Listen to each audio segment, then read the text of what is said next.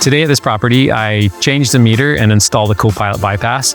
Is as straightforward as hanging a brand new meter. You just basically get to do it twice on the first time, and you look forward to the next time when you come and you know you're just switching it to bypass, pull the old meter off and slap a new one on.